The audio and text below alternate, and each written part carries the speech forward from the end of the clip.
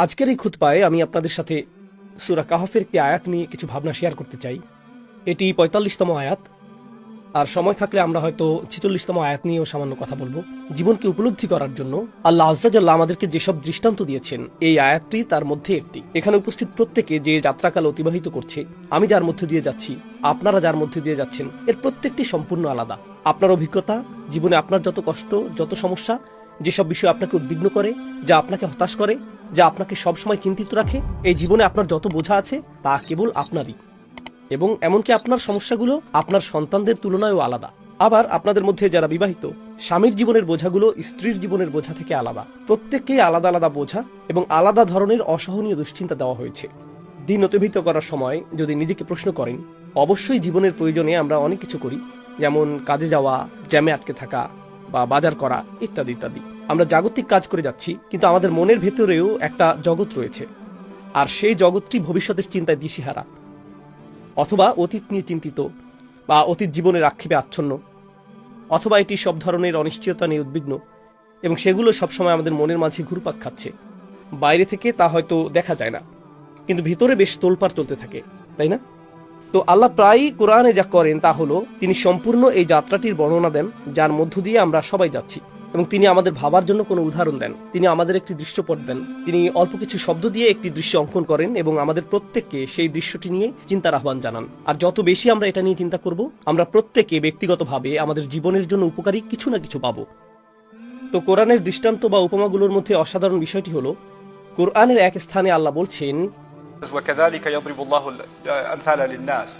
এভাবেই আল্লাহ মানুষের কল্যাণের জন্য উপমা প্রদান করেন। অর্থাৎ এরকম উপমা একমাত্র আল্লাহর পক্ষেই দেওয়া সম্ভব। আপনি ভাবতে পারেন এই উপমাটি আমার সাথে মিলবে, কিন্তু আপনার সাথে মিলবে না, কারণ আপনার পরিস্থিতি আমার পরিস্থিতি থেকে ভিন্ন। কিন্তু আল্লাহর বাণীর শক্তি এবং অলৌকিকতা হলো এই যে, যখন কেউ চিন্তা করে, প্রত্যেকেই এমন কিছু খুঁজে পাবে যা নির্দিষ্টভাবে তার পরিস্থিতির সাথে মিলে যাবে, এবং এমনভাবে মিলবে যে সেটা কেবল সেই বুঝতে পারবে। তাই আমি আশা করছি আজ আপনারা সেটাই করবেন, এবং আমিও নিজের জন্য তাই করব, যখন আমরা আল্লাহর এই চমৎকার বাণীগুলো নিয়ে চিন্তা করব, যা হলো অবিশ্বাস্য একটি উপায় এই জীবনকে দেখার, সংক্ষিপ্ত এই মুহূর্তগুলোকে দেখার, যা খুব শীঘ্রই শেষ হয়ে যাবে। আল্লাহ বলছেন, তাদেরকে পৃথিবীর জীবনের উপমা প্রদান করো। আর হায়াতুদ দুনিয়াকে পার্থিব জীবন হিসেবে সচরাচর অনুবাদ করা হয়, কিন্তু দুনিয়া শব্দটি আসলে আদনা এর মুয়ান্নাস, আফআলুত তাফদিল এর স্ত্রীলিঙ্গ রূপ, আর আরবিতে আদনা হলো সর্বনিম্ন। তাই প্রকৃতপক্ষে আক্ষরিক অর্থে যা বলা হচ্ছে তা হলো সর্বনিম্ন জীবন, এবং এটি বলার মাধ্যমে আল্লাহ বোঝাচ্ছেন যে জীবনের আরো উচ্চ থেকে উচ্চতর পর্যায়ে রয়েছে, আর আমরা আসলে সর্বনিম্ন পর্যায়ে আছি। আমাদের ভবিষ্যতে আরো ভালো এবং উত্তম কিছু আসছে। তাই এখানে একটি আশাবাদ ব্যক্ত করা হয়েছে, জীবন যত কঠিনই হোক না কেন, এর চেয়ে আর খারাপ হবে না, এখন কেবল ভালোই হতে থাকবে। আসলে বিশেষ করে একজন ইমানদারের জন্য এর অর্থ এটাই। কেউ বলতে পারে, তাহলে জাহান্নামের আগুনের কি ব্যাখ্যা, আল্লাহর শাস্তির ব্যাপারে কি ব্যাখ্যা? আসলে আল্লাহ জাহান্নামের আগুনকে জীবন হিসেবে গণ্যই করেন না। তিনি জাহান্নাম সম্পর্কে বলেছেন, লা ইয়ামুতু ফিহা ওয়ালা ইয়াহইয়া, সে সেখানে বাঁচবে না, সে সেখানে মরবেও না, সে সেখানে বাঁচবে না। আসলে এটাকে জীবন হিসেবে গণ্যই করা হয় না। এবং পরবর্তী জীবন, বিচার দিবসের পরবর্তী জীবন এবং জান্নাতের জীবন, আল্লাহ এটাকে বলেছেন সেটাই হলো প্রকৃত জীবন, যদি তারা জানতো। তাই এই জীবনটা আসলে পূর্বাভাস, জান্নাতে যা আসছে তার একটা প্রিভিউ মাত্র। আয়াতে ফিরে যাওয়ার আগে এই বিষয়ে ছোট্ট একটা মন্তব্য করি। আল্লাহ কুরআনে জান্নাতের বর্ণনা এমনভাবে দিয়েছেন যেমনটা অন্য কোনো ধর্মে পাওয়া যায় না। আর যেহেতু আমি এখানে এসেছি, খ্রিস্টানদের মর্মন সম্প্রদায়ের লাইব্রেরিতে যাওয়ার সুযোগটা আমি গ্রহণ করেছিলাম, এবং আমি তাদের কয়েকজন বয়োজ্যেষ্ঠ ব্যক্তির সাথে কথা বলেছিলাম, আর তাদের সাথে তাদের বিশ্বাস ও ধারণা সম্পর্কে কৌতূহল জাগ্রতকারী কিছু কথোপকথন হয়েছিল। আমি এটা করার চেষ্টা করি, অন্যদের দৃষ্টিকোণ বুঝতে এবং তারা কিভাবে ধর্মবিশ্বাসকে দেখে সেটা জানতে চেষ্টা করি। লক্ষ্য করলে দেখবেন, কোরআনের অনন্য একটি বৈশিষ্ট্য হলো জান্নাত সম্পর্কে যে বিস্তারিত বর্ণনা আল্লাহ দিয়েছেন তা অন্য কোনো ধর্মে পাওয়া যায় না। আপনি বাগানের মতো সাধারণ শব্দ পাবেন, ইডেন নামক উদ্যানের উল্লেখ দেখতে পাবেন, এটুকুই আপনি পাবেন। কোরআনে আল্লাহ যা বলেছেন তা হলো ফলমূল এবং পাখির মাংস। আপনি বিশেষ ধরনের চিকেন বারবিকিউর বর্ণনা পাবেন, এটা কোরআনে রয়েছে।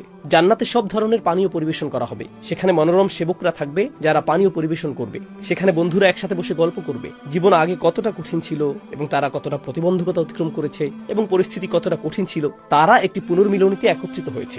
ইমানদাররা একটা পুনর্মিলনীতে রয়েছে। বিচিত্র সব বর্ণনা, জান্নাতের অত্যন্ত প্রাণবন্ত ছবির মতো বর্ণনা দেওয়া হয়েছে, কিন্তু সেই বর্ণনার অনেক কিছুই আপনারা এমন পাবেন যা কল্পনা করা সহজ। বন্ধুরা একত্রে আড্ডা দিচ্ছে, মানুষ পানি উপভোগ করছে, সেবকরা পানিও আনছে, সুন্দর গাছপালা, ঝর্ণা, গদি, কার্পেট, এই সমস্ত জিনিস আমরা এই জীবনেই পাই। এবং এর একটি কারণ আছে। যদিও রাসূল সাল্লাল্লাহু আলাইহি ওয়াসাল্লাম আমাদেরকে বলেছেন, ما لا عين رأت ولا أذن سمعت وما خطر على قلب بشر। কোনো চোখ তা দেখেনি, কোনো কান তা শুনেনি, এবং কোনো অন্তর কখনো কল্পনা করতে পারেনি বেহেশতে কি অপেক্ষা করছে, জান্নাতে কি অপেক্ষা করছে। তবে আপনি যদি কোরআনে বর্ণিত জান্নাতের বর্ণনা পড়েন, মনে হয় যেন এটা কল্পনা করা খুব সহজ। খেজুর গাছ, সুরম্য অট্টালিকা, স্বামী স্ত্রী, আর এরকম সব জিনিস, তাই না? তাহলে এমনটা কেন?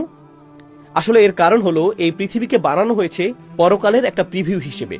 এটি আমাদেরকে জান্নাতের একটা আভাস প্রদান করে। মুসলিমরা এই জীবনকে অন্য ধর্মের তুলনায় ভিন্নভাবে দেখে। অন্যান্য অনেক ধর্মে এই জীবনটা আসলে একটা অভিশাপ, আমাদেরকে এখানে পাঠানো হয়েছে শাস্তি হিসেবে। কিন্তু কোরআনের বর্ণনা অনুযায়ী আমাদেরকে এখানে শাস্তি হিসেবে পাঠানো হয়নি। خلق لكم ما في الأرض جميعا جعلنا لكم فيها معايش قليلا ما تشكرون। এই পৃথিবীতে তিনি তোমাদের জন্য এমন জিনিস রেখেছেন যা দ্বারা তোমরা উত্তম জীবন সামগ্রী উপভোগ করতে পারো। তোমরা কত কম কৃতজ্ঞতা প্রকাশ করো। আপনি কাউকে কারাগারে রেখে বলেন না কৃতজ্ঞ হও। আপনি কাউকে চমৎকার স্থানে রাখেন এবং তাকে এই পৃথিবীর সৌন্দর্য অবলোকন করান, আর সেটাই তাকে কৃতজ্ঞ হতে উৎসাহিত করে। এটাই আল্লাহ সূরা রহমানে বলেছেন। তিনি বলেছেন, والحب ذو العصف والريحان فبأي آلاء ربكما تكذبان। যেমন চমৎকার এই সকল জিনিসের দিকে তাকাও যা আমি তোমাদের জন্য বানিয়েছি। বাতাসে ভেসে আসা ফসলের সেই মিষ্টি গন্ধের দিকে লক্ষ্য করো। যে শস্য জন্মে, যে ফসল ফলে, সেদিকে দৃষ্টি দাও। তোমরা আর কত অস্বীকার করবে? তোমাদের কৃতজ্ঞ হওয়া উচিত। আল্লাহ প্রকৃতপক্ষে এই পৃথিবীকে সুন্দর করে বানিয়েছেন।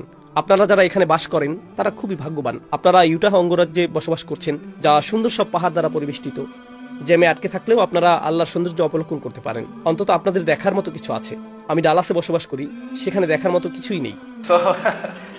তো একটি নিরবিচ্ছিন্ন সৌন্দর্য আমাদেরকে ঘিরে রেখেছে। যাই হোক, আয়াতটিতে ফিরে আসি। আল্লাহ বলেছেন, তাদেরকে কেবল এই সর্বনিম্ন জীবনের উপমাটি প্রদান করো। আর এই জীবনে আপনি যা অনুভব করেন, প্রতিটি আনন্দ যা আপনি অনুভব করেন তা হলো ন্যূনতম আনন্দ। একটি নতুন শিশু জন্মের আনন্দ হলো ন্যূনতম আনন্দ। বিয়ের আনন্দ, সুন্দর একটি ঝর্ণা দেখার আনন্দ, সুন্দর একটি আকাশ দেখার আনন্দ, একটি সুস্বাদু খাবারের আনন্দ, এই সব কিছুই হলো সর্বনিম্ন আনন্দ। অর্থাৎ আরো অনেক উঁচু স্তরে যাওয়া সম্ভব। কল্পনা করতে পারেন? আর আমরা ভাবি, ও মাই গড, এটা আমার প্রিয় রেস্তোরাঁ, কতদিন ধরে আমি সেখানে খাই না, আমি আমার প্রিয় শর্মা খেতে চাই। আর এটাই আপনার আনন্দের ধারণা। অথবা এই অবকাশ যাপন কোনো জায়গায় যেখানে আপনি যেতে চান, অথবা কোনো গাড়ি যা আপনি কিনতে চান, অথবা কোনো এলাকা যেখানে আপনি একটি বাড়ি বানাতে চান। আমরা এই জিনিসগুলোর সাথে আনন্দকে সম্পর্কযুক্ত করি, আর এই সবই হলো একেবারে ন্যূনতম। এগুলো আল্লাহর রহমত। واضرب لهم مثل الحياة الدنيا كماء أنزلناه من السماء। এই জীবনটা কেমন তার যদি একটি চিত্র পেতে চাও, তবে এটি আকাশের সেই পানির মতো যা আমি প্রেরণ করি। আমি দ্রুত অনুবাদ করছি, তারপর আমরা শব্দগুলো নিয়ে চিন্তা করব। فاختلط به نبات الأرض। তারপর সেই পানি, এর ফলে পৃথিবীর শস্যদানা এবং মাটির সকল উপাদান, কোনো কিছু যা জন্মাতে পারে তাকে বলা হয় নাবাত। ঘাসকে বলা যেতে পারে নাবাত, গাছকে বলা যেতে পারে নাবাত, ফলকে বলা যেতে পারে, ফুলকে বলা যেতে পারে নাবাত। নাবাত শব্দটি দিয়ে সকল উদ্ভিদকে বোঝায়, সকল সবুজ, সব গাছপালাকে আপনি নাবাত বলতে পারেন। তো পানি পৃথিবীর এই সমস্ত পুষ্টি উপাদানের সাথে মিশে যায়। فاختلط به نبات الأرض। আর অবশ্যই যখন আকাশ থেকে বৃষ্টি নেমে আসে, যার কথা আল্লাহ বলছেন, এবং পৃথিবী সবুজ হয়ে ওঠে, ফুল ফোটে, ঘাস জন্মায়, গাছ বড় হয়, খামার গড়ে ওঠে, সবকিছু বেড়ে ওঠে, তখন আপনি ভাবতে পারেন আল্লাহ হয়তো এরপর বলবেন এটা কতটা সুন্দর হয়ে ওঠে, কতটা রঙিন হয়ে ওঠে।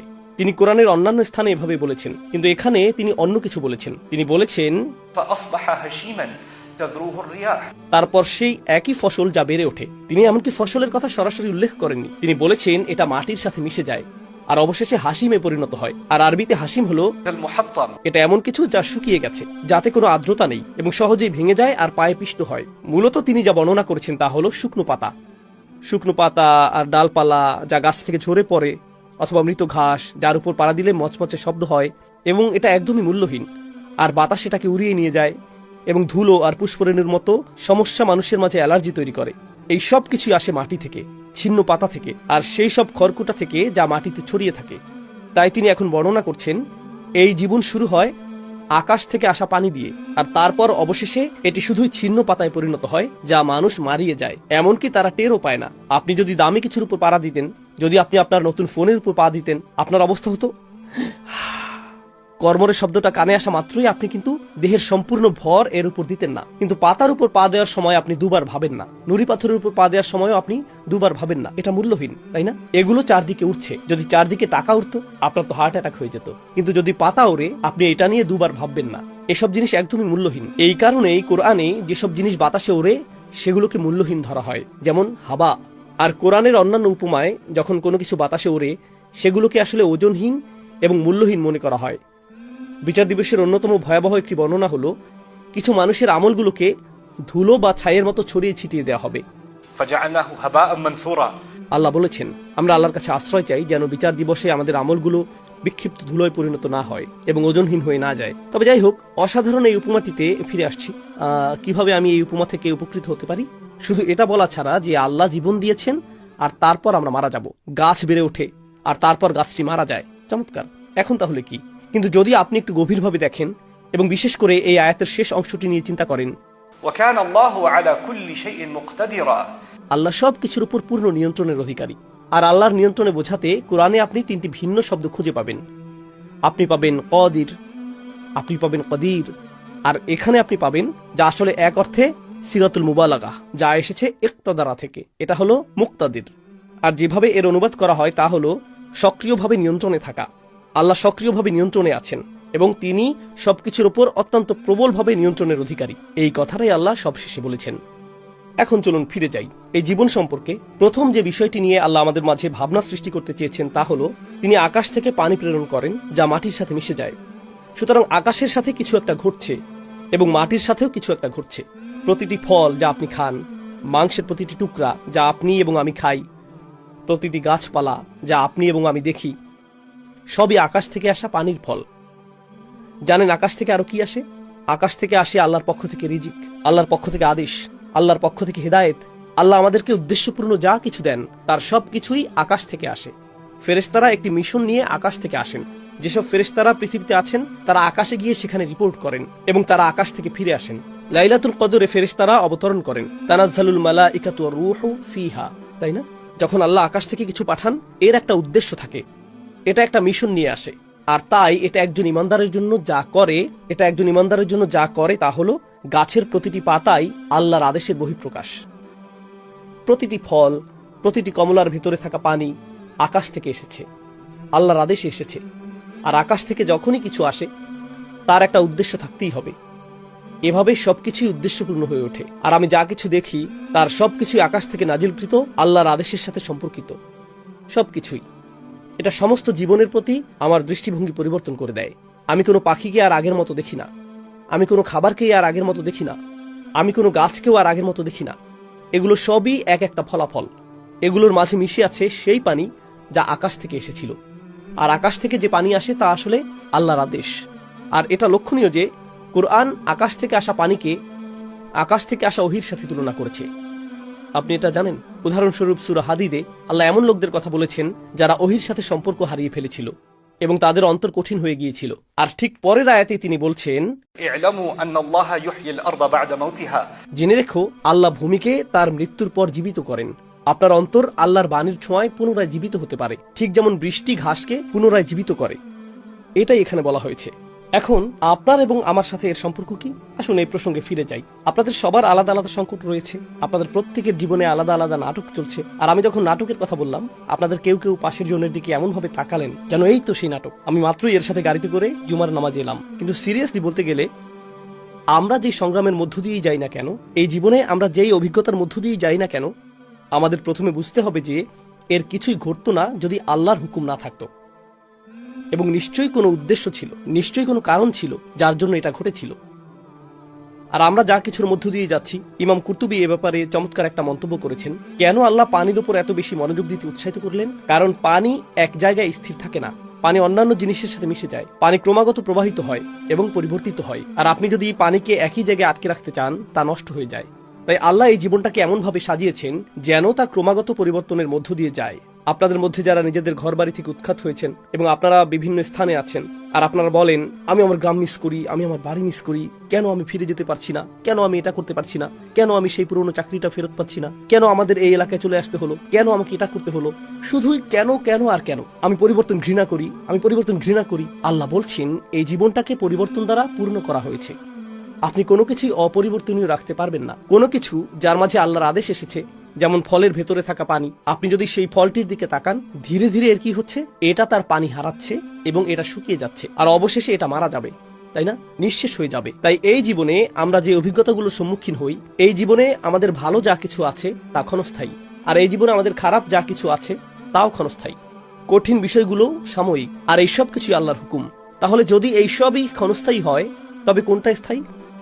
যদি সবকিছুই নিঃশেষ হয়ে যায়, ভালো শেষ হয়ে যাবে, খারাপও শেষ হয়ে যাবে। আজ যেটাকে আপনি বিশাল সমস্যা ভাবছেন, কাল আপনি পেছনে ফিরে তাকাবেন আর ভাববেন, হায় আল্লাহ, আমি ওটাকে বিশাল সমস্যা ভাবতাম, এখন এটা একটা বিশাল সমস্যা। আর আগের সমস্যাই তো ভালো ছিল, কারণ ওটা এখন গত হয়েছে আর আপনার সামনে নতুন কিছু এসে হাজির হয়েছে। কিন্তু মানুষ ভুলে যায় যে এর সব কিছুর শুরুটা হলো পানি। আল্লাহ প্রথম অংশে কিসের উল্লেখ করেছেন? পানির উল্লেখ করেছেন। আর শেষের অংশে তিনি কিসের উল্লেখ করেছেন? পুরোপুরি শুকিয়ে যাওয়া, তাই না, পানির অভাব। তো বুঝতে পারছেন এর মাঝখানে কিছু একটা আছে, মাঝখানে আছে সজীবতা, আছে জীবনের ভালো জিনিসগুলো, এতে রয়েছে জীবনের চড়াই উতরাই, এতে রয়েছে জীবনের পরিবর্তনগুলো। কিন্তু জানেন, সেসব সামলানো সহজ হয়ে যায় যখন আপনি ভাবেন আর উপলব্ধি করেন আপনি আর আমিও ছিলাম শুধুই এক ফোঁটা পানি, আমরা শুধু এটুকুই ছিলাম, আর অবশেষে আমরা মাটির নিচে গুরুত্বহীন হয়ে যাব। এটাই শুরু এবং শেষ, আর বাকি যা কিছু আমরা অনুভব করছি তা শুধুই মাঝখানের বিষয়। এটা শুধু মাঝখানের একটা পর্ব, অথবা মাঝখানের অনেকগুলো পর্বের সমষ্টি। সেগুলো একসময় কেটে যাবে, সেগুলো চলে যাবে। এই অভিজ্ঞতাগুলো আসবে এবং যাবে, কোনো কিছু স্থায়ী নয়। আমাদের কারো কারো ক্ষেত্রে কি ঘটে? এখানে বসে থাকা কারোর সাথে খারাপ কিছু ঘটে গেল, আর প্রতিদিন সে এটা নিয়ে ভাবছে, প্রতিদিন সে তার মাথায় এটা নিয়ে পর্যালোচনা করছে, আর সে প্রতিদিন এটা নিয়ে দুঃখ পাচ্ছে, সে প্রতিদিন এটা নিয়ে কথা বলছে, এবং সে অন্যদেরকে প্রতিদিন এটা মনে করিয়ে দিচ্ছে। সে এতেই আটকে আছে, বারবার বারবার বারবার। এটা অস্থিরতা। আল্লাহ জীবনটাকে এভাবে দেখতে চান না। আপনি কঠিন অভিজ্ঞতার শিকার হয়েছেন, হ্যাঁ, কেউ তা অস্বীকার করছে না, কিন্তু সময় এসেছে আজকের দিনটাকে গ্রহণ করার এবং গতকালের মধ্যে বাস না করার। আপনাকে এগিয়ে যেতে হবে, নতুবা আপনি নিজেকে অপচয় করছেন। কারণ যদি আপনি এটাকে একই রকম রেখে সংরক্ষণ করতে চান, কোনো কিছুই সংরক্ষিত থাকবে না। আপনি যতই চান ফুলটি চিরকাল বেঁচে থাকুক, ফুলটি শুকিয়ে যাবেই। কিন্তু গাছে মরে যাওয়া ওই ফুলগুলোর ক্ষেত্রে অবিশ্বাস্য বিষয়টা কি জানেন? যখনই একটা শুকিয়ে যায়, পরের মৌসুমে আরেকটি ফুলের জন্ম হয়। আর এই প্রকৃতি দিয়েই আল্লাহ সকল জিনিসকে সৃষ্টি করেছেন। কোনো সমস্যা দেখা দিলে বা আপনার কাছ থেকে কিছু কেড়ে নেওয়া হলে আল্লাহ সেটা অন্য কিছু দিয়ে প্রতিস্থাপন করেন। যখন একটি ভালো জিনিস দুর্বল হতে শুরু করে, অন্য একটি ভালো জিনিস অন্য কোনো রূপে অন্য স্থান থেকে চলে আসে। আর এই প্রকৃতি দিয়েই আল্লাহ জীবন সৃষ্টি করেছেন। فاختلط به نبات الأرض فأصبح هشيما تذروه الرياح। এই ইখতালাত নাবাতুল আরদ এর অন্য একটি মাত্রাও রয়েছে। দৃশ্যপটটি হলো পাতাগুলো একে অপরের সাথে জড়িয়ে আছে, ঘাসের ডগাগুলো জড়িয়ে আছে, যেমন আমাদের জীবন জড়িয়ে যায়, তাই না? আর আপনি আটকে পড়েন দৈনন্দিন জিনিসগুলোতে, ছোট ছোট বিষয়গুলোতে। আপনি সেগুলো নিয়ে এত বেশি ভাবেন যে সেগুলো আপনার কাছে অনেক বড় বিষয় হয়ে দাঁড়ায়। যেমন, হায় আল্লাহ, ওই বিয়ের জন্য আমার এই নতুন জুতো কেনার কথা ছিল, কারণ আমি যদি এই নতুন জুতো না পরি, মানুষ ভাববে আমি নিচু শ্রেণীর মানুষ, আর আমি অভিজাত সমাজে বেমানান। আর এখন আমার তো তা নেই। আপনি এই তুচ্ছ জুতো নিয়ে 8 ঘন্টা ধরে ভাবছেন। জীবন আপনার এই জুতোর চেয়ে অনেক বড়, কিন্তু আপনি খুব বেশি জড়িয়ে পড়েছেন। এগুলো কেবলই গাছের পাতার মতো, পাতা ঝরে পড়ে এবং তা মরে যায়, আর অন্য পাতা তার জায়গা করে নেয়। এটা স্বাভাবিক, জীবন সামনে এগিয়ে চলে। তাই এই তুচ্ছ বিষয়গুলো থেকে আল্লাহ আমার মনোযোগ সরিয়ে দিয়েছেন, আর তিনি আমাকে এই দৃষ্টিভঙ্গি দিয়েছেন যে জীবন এর চেয়েও অনেক বড়। তো একথা বলেই আমি আপনাদের বিদায় জানাচ্ছি। আল বাকিয়াতুস সলিহাত। তাহলে আসলে কোন জিনিসটি স্থায়ী হবে? আপনারা হয়তো এভাবে ভাবতে পারেন, আস সলিহাত আল বাকিয়াত, কিন্তু আল্লাহ আসলে বলছেন আল বাকিয়াতুস সলিহাত। ভালো কাজ যা আপনি প্রতিদিন করেন, এমনকি খুব ছোট কাজও, সেই কাজগুলোই আসলে টিকে থাকবে। তাই আমাদের জীবন সহজ বা কঠিন যাই হোক, মূল বিষয়টি হলো ভালো কাজ। যদি আমি প্রতিদিন ভালো কিছু করার কোনো উপায় খুঁজে পাই, এমন কিছু যা আমার জন্য না, এটা অন্য কারোর জন্য, এটা আল্লাহর জন্য কিছু একটা, তবেই আমি একটা অর্থবহ উদ্দেশ্যপূর্ণ জীবন পার করছি। আর পানি এই কাজটাই করে। পানি নিজের সেবা করে না, পানি সেবা করে বাকি সবার। আর তাই আমাদের মধ্যে যদি আল্লাহর বাণী থাকে, আমাদের মধ্যে যদি আল্লাহর হেদায়েত থাকে, আমাদের কাজ শুধু নিজ সত্তার এবং নিজ অনুভূতির সেবা করা না, অন্যের সেবায় নিজেদের নিয়োজিত করাই আমাদের কাজ। আল্লাহ আমাদেরকে সেই তৌফিক দান করুন এবং আমাদেরকে সর্বদা উদ্দেশ্যবোধ ও সেবার মানসিকতা দান করুন।